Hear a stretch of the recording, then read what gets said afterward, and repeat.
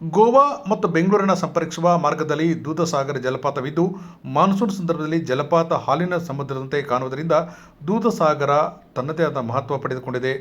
ಈಗ ನೋಡುಗರ ಕಣ್ಮನ ಸೆಳೆಯುತ್ತದೆ. ಮಾಂಡವಿಯ ನದಿಯ ಭಗವಾನ್ ಮಹಾವೀರ ಅರಣ್ಯ ಮತ್ತು ಮೈಳೈಮ ರಾಷ್ಟ್ರೀಯ ಉದ್ಯಾನವನದ ನಡುವೆ ಹರಿಯುವ ಅಲ್ಲಿನ ಜೀವ ವೈವಿಧ್ಯಕ್ಕೆ ಇದು ಆಸರೆಯಾಗಿದೆ.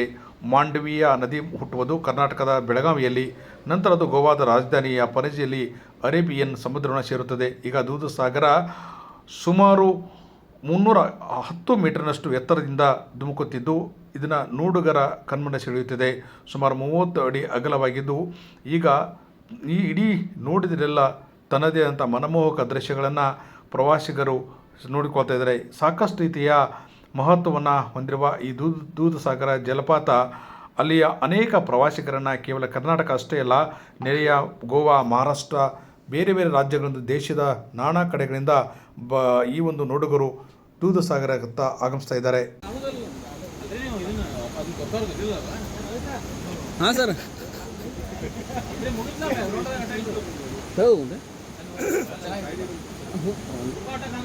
ಇಲ್ಲೊಂದು ಕೊಟ್ಟು ಬಂದಿರ್ತಾರೆ.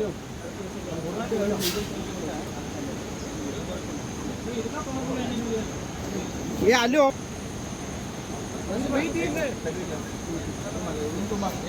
ಬ್ಯಾಕ್ ಒಂದಿಲ್ಲ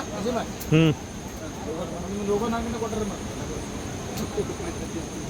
ಯಾರಿಗೂ ನಾನು ಯಾವ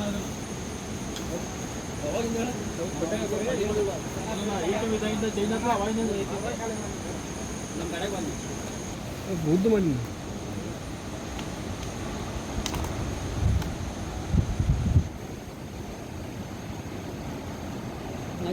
ಹೇಳ್ತೀನಿ ಅಂತ ಮಾಡ್ತೀವಿ. 110 ಮೀಟರ್ ಒಂದು ಸ್ಟೇಪ್ ಯಾವ ಸ್ಟೇಪ್ ನೋಡ್ಕೊಂಬ ಮುಂದೆ